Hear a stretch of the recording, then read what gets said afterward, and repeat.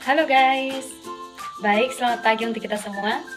Pertama-tama perkenalkan nama saya Walda Alnabe, NPM 22210047, Prodi Administrasi Negara, Fakultas Ilmu Sosial dan Ilmu Politik, semester 7A. Baik, di sini saya akan mereview buku tentang komunikasi pembangunan dari Totok Mardikanto. Ayo simak video saya berikut ini. Baik, kita langsung saja. Judul buku Komunikasi Pembangunan, penerbit UPT Penerbitan dan Pencetakan UNS, pengarang Profesor Dr. IR Totok Mardikanto MS, jumlah halaman 310 halaman, tahun 2010. Baik, di sini itu terdapat kelebihan dan kelemahan buku Komunikasi Pembangunan karya Totok Mardikanto.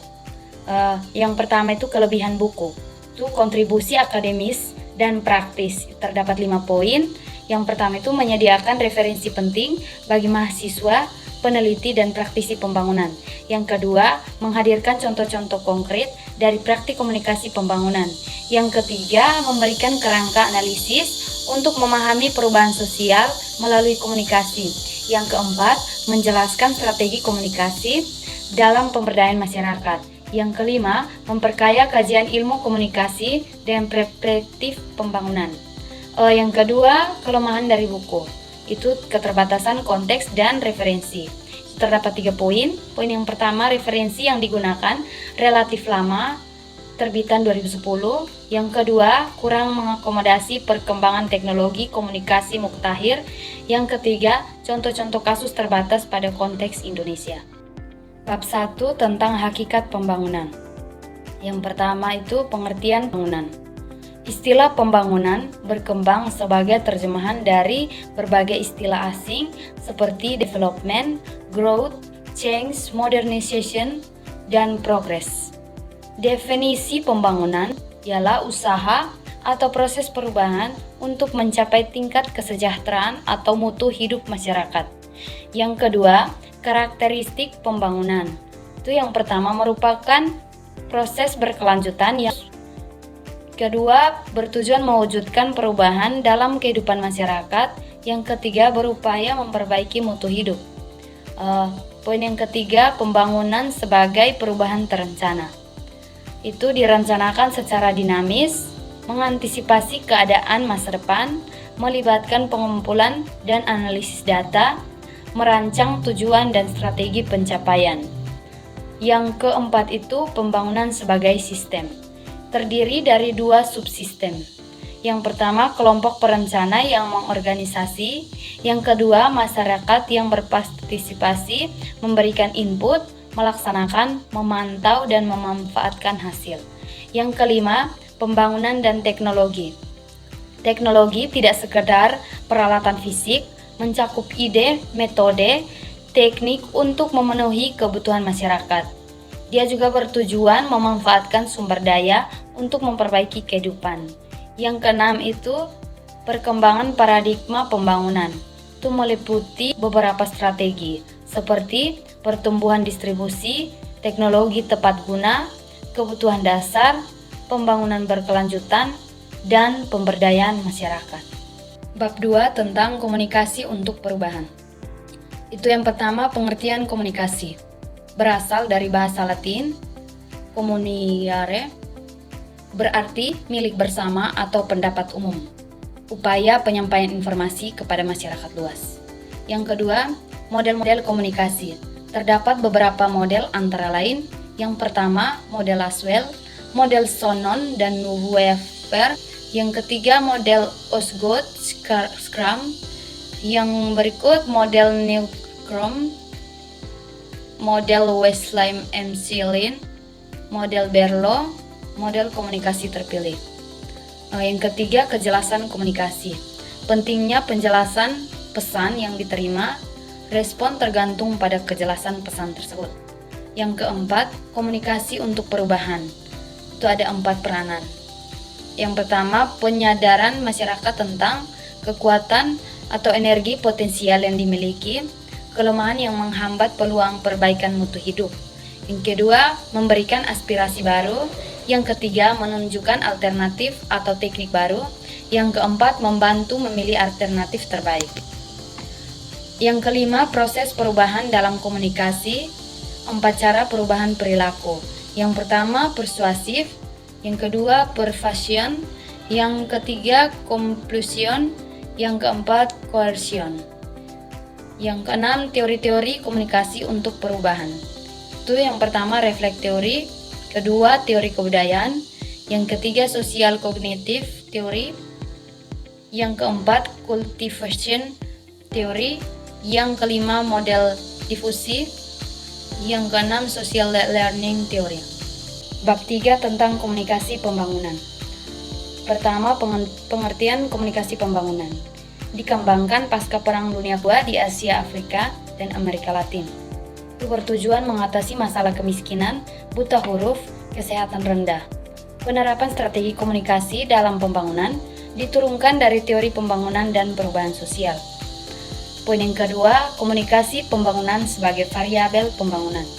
Berperan sebagai distribusi informasi inovasi, pemecahan masalah, pengambilan keputusan. Yang ketiga, tujuan komunikasi pembangunan. Ada 3 tujuan utama. Yang pertama, informatif. Itu memberikan informasi, mempengaruhi perilaku melalui pikiran. Yang kedua, persuasif. Mengunggah perasaan, mempengaruhi sikap penerima. Yang ketiga, entertainment. Itu menciptakan suasana menyenangkan, membuat proses komunikasi lebih efektif. Yang keempat, proses perubahan dan komunikasi. Perubahan terlihat pada pengelolaan usaha individu atau kelompok, pemanfaatan pendapatan keluarga, peningkatan produktivitas, peningkatan mutu produk. Yang kelima, tahapan keberhasilan komunikasi. Yang pertama, awareness atau kesadaran akan pesan. Yang kedua, interest atau tumbuh minat. Yang ketiga, decision atau penilaian dan pengambilan keputusan. Yang keempat, desire atau keinginan mencoba. Yang kelima, action atau perubahan perilaku. Yang keenam, paradigma komunikasi pembangunan. Itu dipahami sebagai pola pikir, menjadi landasan pemahaman terhadap objek atau fenomena, menciptakan konsensus di kalangan ilmuwan. Bab 4 tentang fasilitator komunikasi pembangunan. Yang pertama, pengertian fasilitator. Fasilitator adalah tenaga profesional pelaksana program komunikasi pembangunan. Menurut Lippitt dan Rogers, disebut agen perubahan. Ia bertugas mempengaruhi pengambilan keputusan, penerima manfaat, harus memiliki kompetensi, kepribadian, sikap, dan keterampilan komunikasi. Yang kedua, ragam fasilitator. Terdapat 3 jenis fasilitator berdasarkan UU nomor 16 tahun 2006. Yang pertama, fasilitator PNS. Pegawai negeri dengan status jabatan fungsional, dikenal sejak awal 1970-an. Yang kedua, fasilitator swasta. Karyawan perusahaan swasta, termasuk penyuluh dari LSM. Yang ketiga, fasilitator swadaya. Itu berasal dari masyarakat, bekerja sukarela tanpa mengharapkan imbalan. Yang ketiga, peran fasilitator. Peran berkembang dari sekedar menyampaikan inovasi menjadi mengorganisasikan, memotivasi, menggerakkan masyarakat, melakukan advokasi kebijakan, menjadi penghubung antara pemerintah dan masyarakat. Yang keempat, kualifikasi fasilitator menurut Berlo. Yang pertama, kemampuan komunikasi. Yang kedua, sikap. Itu terdiri atas bangga terhadap profesi, yakin akan manfaat inovasi, mencintai masyarakat. Yang ketiga, penguasaan pengetahuan. Memahami inovasi secara konseptual dan praktis, mengenal latar belakang masyarakat, memahami dinamika perubahan sosial. Yang keempat, karakteristik sosial budaya. Itu kompetensi umum, kompetensi inti, kompetensi khusus. Yang kelima, persiapan fasilitator. Itu persiapan kepribadian, kajian lapangan, kesiapan belajar berkelanjutan, perlengkapan fasilitasi. Yang keenam, kunci keberhasilan menurut Rogers. Yang pertama, kemampuan menjalin hubungan. Yang kedua, menjadi perantara inovasi. Yang ketiga, menyesuaikan kegiatan dengan kebutuhan. Yang keempat, memiliki empati. Yang kelima, orientasi pada klien. Yang ketujuh, fasilitator profesional atau liaisons. Itu memahami organisasi pemberdayaan, menguasai teknologi program, mampu menjelaskan tujuan, mengorganisir masyarakat dan sumber daya. Yang kedelapan, pengembangan profesionalisme. Pertama, fokus pada tugas komunikasi pembangunan. Yang kedua, kunjungan rutin. Yang ketiga, supervisi berkelanjutan. Yang keempat, pelatihan dan pendidikan lanjut. Yang kelima, koordinasi antar lembaga. Yang kesembilan, pengembangan kemitraan. Yang pertama itu kolaborasi antara penyuluh, peneliti, dan masyarakat. Yang kedua, pertukaran informasi. Yang ketiga, monitoring dan evaluasi. Yang keempat, pemecahan masalah bersama. Bab 5, penerimaan manfaat komunikasi pembangunan. Yang pertama, pengertian penerima manfaat. Dalam banyak kepustakaan komunikasi pembangunan, selalu disebut adanya penerima masyarakat kelas bawah, kelompok akar rumput, atau kelompok masyarakat yang termarginalkan. Pengertian itu telah menempatkan masyarakat dalam kedudukan yang lebih rendah dibanding para penentu kebijakan pembangunan, para fasilitator komunikasi pembangunan, dan pemangku kepentingan pembangunan yang lainnya. Karena itu, Mardikanto telah mengganti istilah sasaran menjadi penerima manfaat yang dapat diartikan sebagai individu atau kelompok masyarakat tertentu. Yang kedua, ragam penerima manfaat. Penerima manfaat komunikasi pembangunan dapat dibedakan dalam yang pertama, perilaku utama yang terdiri dari warga masyarakat dan keluarganya. Yang kedua, kelompok penentu yang terdiri dari aparat birokrasi pemerintah, eksekutif, legislatif, dan yudikatif sebagai perencana, pelaksana, dan pengendali kebijakan pembangunan.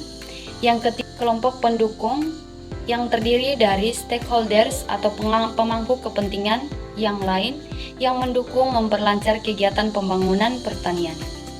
Yang ketiga, karakteristik penerima manfaat. Beberapa karakteristik penerima manfaat yang perlu dicermati adalah: yang pertama, karakteristik pribadi yang mencakup jenis kelamin, umur, suku, etnis, agama, dan lain-lain. Yang kedua, status sosial ekonomi yang meliputi tingkat pendidikan, tingkat pendapatan, dan keterlibatannya dalam kelompok atau organisasi kemasyarakatan. Yang ketiga, perilaku keinovatifan sebagaimana yang dikelompokkan oleh Rogers, yang terdiri dari perintis, pelapor, penganut dini, penganut lambat, dan kelompok yang tidak bersedia berubah. Yang keempat, moral ekonomi masyarakat yang dibedakan dalam moral substansi dan moral rasionalitas. Bab 6, inovasi. Yang pertama, pengertian inovasi. Inovasi adalah ide praktik atau objek baru yang diperkenalkan untuk mendorong perubahan perilaku masyarakat guna meningkatkan kualitas hidup. Yang kedua, ragam inovasi. A. Pesan ideologis. Konsep dasar yang melandasi perubahan, contoh mewujudkan masyarakat adil dan makmur. B. Pesan informatif, 4 tipe. Pengetahuan dasar, hasil riset terapan, pengetahuan praktis, pesan pengguna. Yang ketiga, karakteristik informasi. A. Karakteristik intrinsik. Itu informasi ilmiah, nilai keunggulan, tingkat kerumitan, kemudahan dikomunikasikan, kemudahan dicobakan, kemudahan diamati. B. Karakteristik intrinsik. Kesesuaian dengan lingkungan, tingkat keunggulan relatif. Yang keempat, sumber inovasi. Yang pertama, sumber resmi pemerintah. Yang kedua, lembaga swasta atau swadaya. Yang ketiga, pengalaman petani. Yang keempat, sumber terpercaya lainnya. Yang kelima, publikasi dan media. Yang kelima, pemilihan inovasi. Apapun materi komunikasi pembangunan yang disampaikan oleh fasilitator, pertama-tama harus diingat bahwa materi tersebut harus selalu mengacu kepada kebutuhan yang telah dirasakan oleh masyarakat penerima manfaatnya. Tetapi di dalam praktek, seringkali fasilitator menghadapi kesulitan untuk memilih dan menyajikan materi yang benar-benar dibutuhkan oleh masyarakat. Bab 7, saluran atau media komunikasi pembangunan. Yang pertama, pengertian saluran komunikasi. Menurut Rogers, saluran komunikasi sebagai sesuatu yang dimanfaatkan sumber maupun penerima untuk menyalurkan atau menyampaikan pesan-pesannya, atau dengan kata lain, saluran komunikasi adalah alat atau media yang dapat dimanfaatkan oleh individu-individu atau kelompok atau organisasi yang berkomunikasi untuk menyampaikan pesan-pesan mereka. Yang kedua, ragam saluran komunikasi. Yang pertama, saluran antar pribadi. Yang kedua, saluran media massa. Yang ketiga, pemilihan penggunaan media. Seorang fasilitator dalam praktek komunikasi pembangunan harus mampu mengidentifikasi sekaligus memilih saluran atau media yang efektif. Efektif di sini artinya di satu pihak disukai penerima manfaatnya, dan di lain pihak dia harus mampu dan terampil menggunakan atau mengoperasikannya. Yang keempat, model penyebaran informasi. Yang pertama, model jarum hipodermis. Yang kedua, model komunikasi satu tahap. Yang ketiga, model komunikasi dua tahap. Yang keempat, model komunikasi banyak tahap. Bab 8, adopsi dan difusi inovasi. Yang pertama, adopsi inovasi. Definisi proses penerimaan inovasi atau perubahan perilaku meliputi yang pertama pengetahuan, kedua sikap, yang ketiga keterampilan. Tahapan adopsi menurut Rogers. Yang pertama, kesadaran, menyadari adanya inovasi. Yang kedua, minat, ingin tahu lebih detail. Yang ketiga, evaluasi, menilai manfaat inovasi. Yang keempat, percobaan, mencoba dalam skala kecil. Yang kelima, adopsi, menerima dan menerapkan dengan keyakinan. Ukuran adopsi inovasi. Yang pertama, kecepatan waktu penerimaan. Yang kedua, luas penerapan. Yang ketiga, mutu intensifikasi. Faktor yang mempengaruhi kecepatan adopsi. Yang pertama, karakteristik inovasi. Yang kedua, karakteristik calon pengguna. Yang ketiga, pengambilan keputusan. Yang keempat, media komunikasi. Yang kelima, kualifikasi fasilitator. Yang kedua, difusi inovasi dalam komunikasi pembangunan. Strategi fasilitator. Yang pertama, melakukan diagnosa masalah masyarakat. Yang kedua, membuat masyarakat tidak puas dengan kondisi saat ini. Yang ketiga, menjalin hubungan erat dengan masyarakat. Yang keempat, memberikan dukungan dan bantuan. Yang kelima, membantu masyarakat mandiri melakukan perubahan. Tujuan akhir, memperdayakan masyarakat untuk berinovasi dan berkembang secara swadaya. Bab 9, pengembangan partisipasi masyarakat. Yang pertama, pengertian partisipasi. Keikutsertaan seseorang atau kelompok masyarakat dalam suatu kegiatan bertujuan untuk mengambil bagian dan memperoleh manfaat, membentuk jaringan sosial untuk mencapai tujuan tertentu. Yang kedua, lingkup partisipasi masyarakat dalam pembangunan.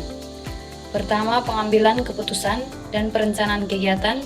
Yang kedua, pelaksanaan kegiatan. Yang ketiga, pemantauan dan evaluasi. Yang keempat, pemanfaatan hasil pembangunan. Yang ketiga, bentuk-bentuk partisipasi menurut Dusseldorp. Yang pertama, menjadi anggota kelompok masyarakat.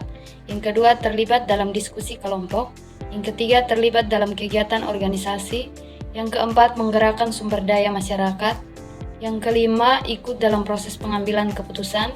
Yang keempat, memanfaatkan hasil kegiatan masyarakat. Yang keempat, syarat tumbuhnya partisipasi menurut Slamet. Yang pertama, adanya kesempatan untuk berpartisipasi. Yang kedua, adanya kemauan masyarakat untuk berpartisipasi. Yang ketiga, adanya kemampuan masyarakat untuk beradaptasi. Yang kelima, masalah partisipasi masyarakat menurut Suetrisno. Yang pertama, belum dipahaminya makna partisipasi oleh perencana pembangunan.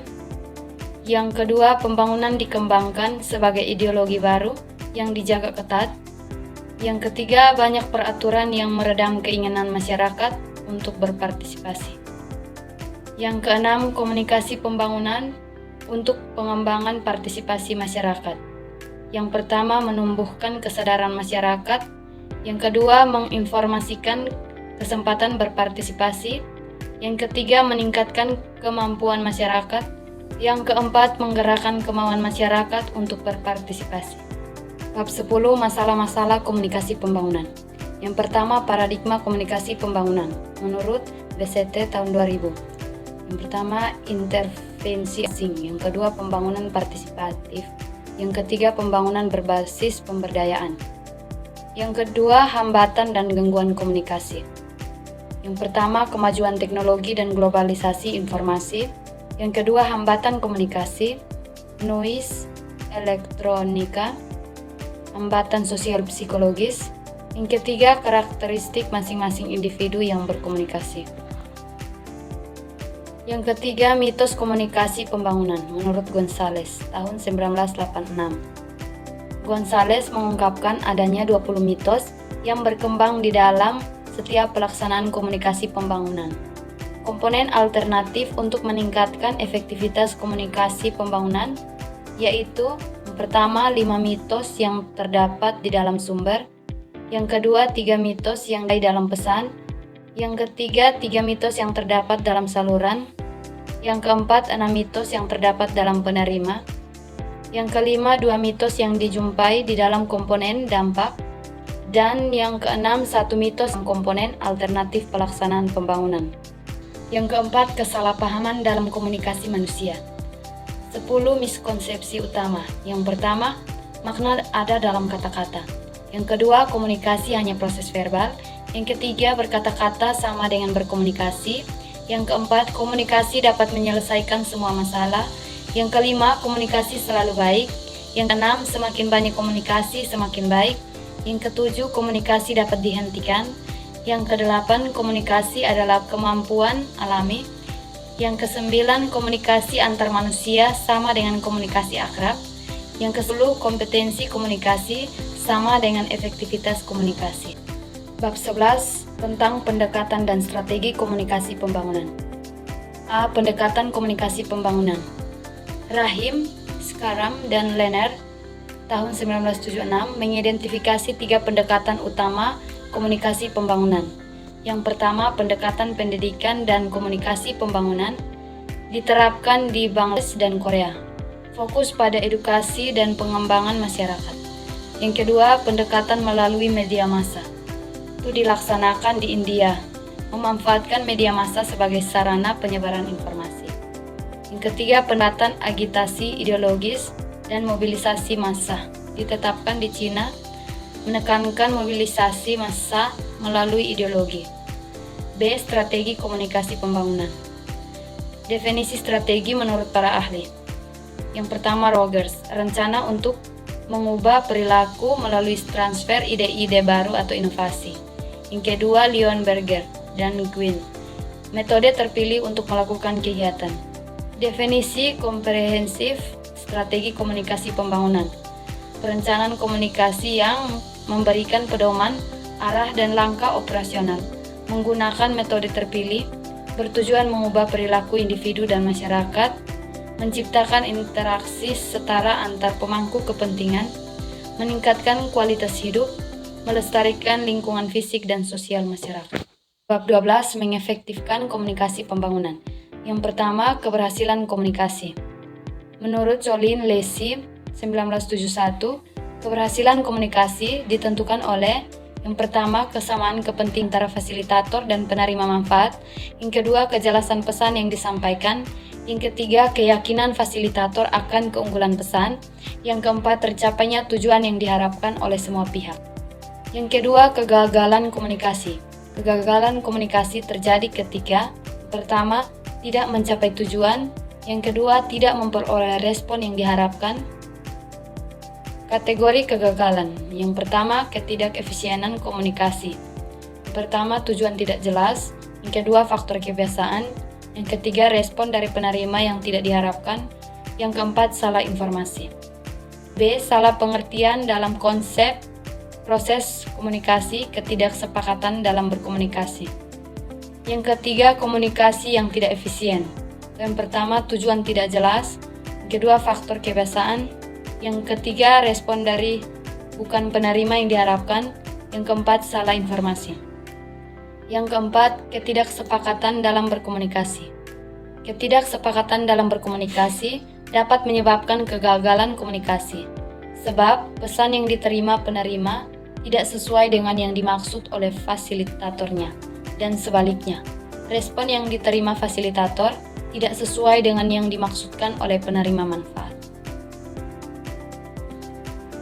Yang kelima, faktor penentu keberhasilan komunikasi pembangunan. Yang pertama, keadaan pribadi penerima manfaat. Yang kedua, lingkungan fisik. Yang ketiga, lingkungan sosial dan budaya. Yang keempat, aktivitas kelembagaan. Yang keenam, mengefektifkan komunikasi pembangunan. Yang pertama, pendekatan perubahan terencana. Yang kedua, pendekatan komunikasi. Yang ketiga, pendekatan psikososial. Yang keempat, pendekatan pendidikan. Yang kelima, pendekatan kebudayaan. Yang keenam, pendekatan pemenuhan kebutuhan. Yang ketujuh, pendekatan pemasaran. Bab 13, kecenderungan komunikasi pembangunan di masa depan. Yang pertama, model-model komunikasi pembangunan. Dalam model komunikasi pembangunan, yang pertama yang secara eksklusif dilandasi oleh variabel ekonomi Komisi Mebriden. Model komunikasi yang pertama yang dicirikan sebagai proses diseminasi dan difusi pengetahuan dan teknologi. Model ini mengacu kepada teori modernisasi. Model kedua dicirikan sebagai proses komunikasi yang mengartikan pembangunan sebagai proses global di mana masyarakat sendiri yang bertanggung jawab. Pembangunan bukanlah sesuatu yang berasal dari luar, tetapi merupakan proses perubahan yang dilakukan oleh masyarakat sendiri. Yang kedua, menuju pembangunan yang lain. Todaro menyatakan bahwa pembangunan baru harus dipandang sebagai proses multidimensi yang melibatkan perubahan-perubahan terbesar dalam struktur sosial, sikap-sikap populer, dan kelembagaan nasional. Sama baiknya dengan pertumbuhan ekonomi, penurunan ketidakmerataan, dan pemberantasan kemiskinan absolut. Terkait dengan paradigma pembangunan lain, Service mengungkapkan 7 prinsip, yaitu: yang pertama, pemenuhan kebutuhan dasar yang meliputi kebutuhan material dan non-material. Yang kedua, endogeri atau kedaulatan individu dan masyarakatnya. Yang ketiga, keswadayaan, utamanya yang menyangkut kekuatan dan sumber daya masyarakatnya. Yang keempat, ekologi yang mencakup pemanfaatan dan pelestariannya. Yang kelima, keberlarutan kaitannya dengan saling ketergantungan sumber daya. Yang keenam, demokrasi partisipatif, utamanya oleh masyarakat pada semua aras masyarakat. Yang ketujuh, perubahan struktural dan keberlanjutan. Model komunikasi berorientasi publik. Komunikasi yang berorientasi publik adalah komunikasi horizontal, partisipatif, dan mengacu kepada kepentingan penerima manfaatnya. Model ini berlandaskan pada proses interaktif, partisipatif, dan komunikasi dua arah pada semua arah sistem sosial, lebih memperhatikan proses dan konteks, serta merupakan pertukaran makna. Yang keempat, model komunikasi dengan partisipasi sosial yang aktif. Mata merancang model komunikasi dengan partisipasi aktif masyarakat yang dimulai dengan rumusan sasaran sebagai berikut.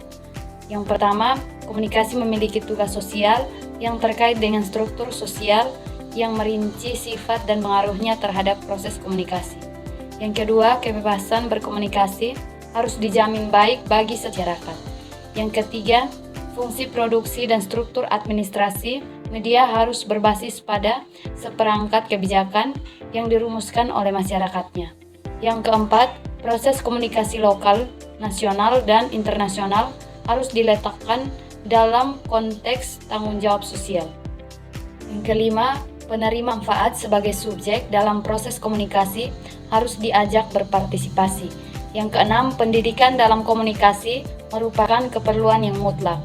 Yang ketujuh, melalui perorganisasian kelompok-kelompok publik, penerima manfaat harus mampu menganalisis secara kritis dan berpartisipasi dalam proses komunikasi.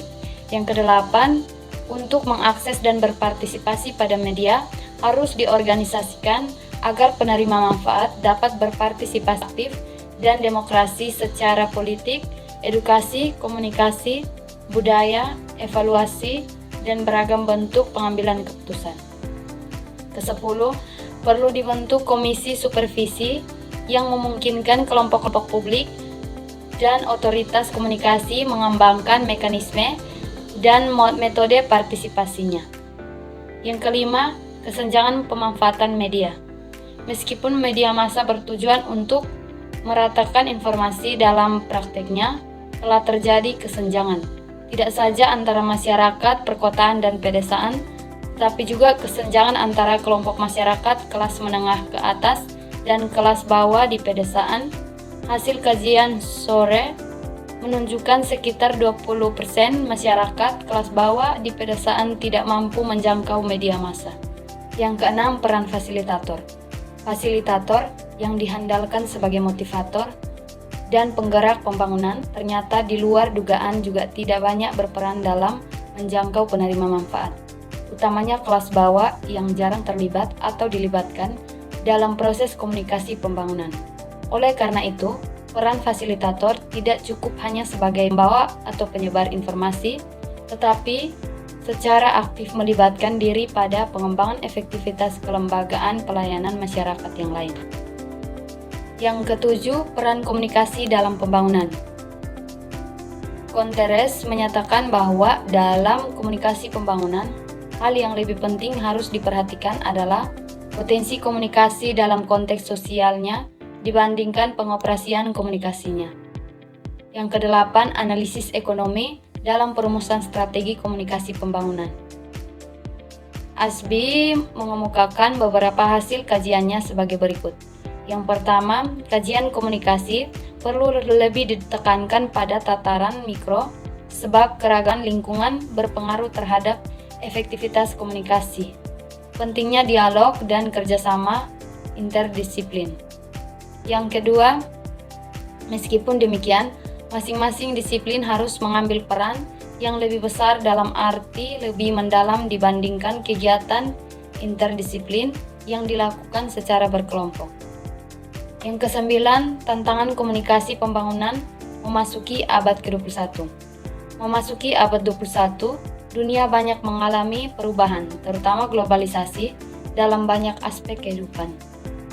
Berkaitan dengan tantangan yang dihadapi oleh kegiatan komunikasi pembangunan, pada mengidentifikasi adanya 8 tantangan genetik yang sedang dihadapi komunikasi pembangunan, yaitu yang pertama, skala dan komplikasi dari tugas komunikasi pembangunan.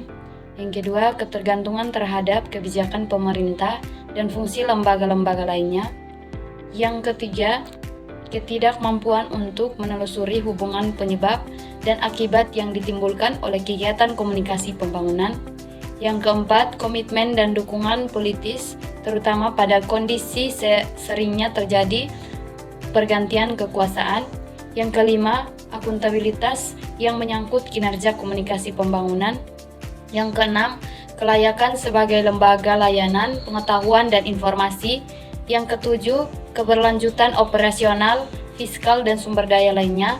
Yang kedelapan, interaksi dengan tumbuh dan berkembangnya pengetahuan kaitannya dengan mutu pesan yang disampaikan melalui kegiatan komunikasi pembangunan. Yang kesepuluh, privatisasi komunikasi pembangunan. Dominasi pemerintah dalam penyelenggara komunikasi pembangunan tidak saja terlihat pada pengangkatan tenaga fasilitator, tetapi juga dalam pembiayaan kegiatan komunikasi pembangunan. Kegiatan komunikasi pembangunan sangat bergantung kepada pemahaman masing-masing kepala pemerintahannya untuk menyediakan anggaran komunikasi pembangunan. Yang ke-11, komunikasi pembangunan di masa depan. Di masa mendatang, kegiatan komunikasi pembangunan akan menghadapi tantangan-tantangan, terutama yang diakibatkan oleh pertumbuhan populasi penduduk di tengah-tengah semakin sempitnya lahan pertanian, sehingga usaha tani harus semakin mengkhususkan diri serta meningkatkan efisiensinya. Baik, sekian materi review dari saya. Semoga materi ini dapat bermanfaat bagi kita semua. Namun sebelum itu, jangan lupa like, komen, dan subscribe. Bye-bye!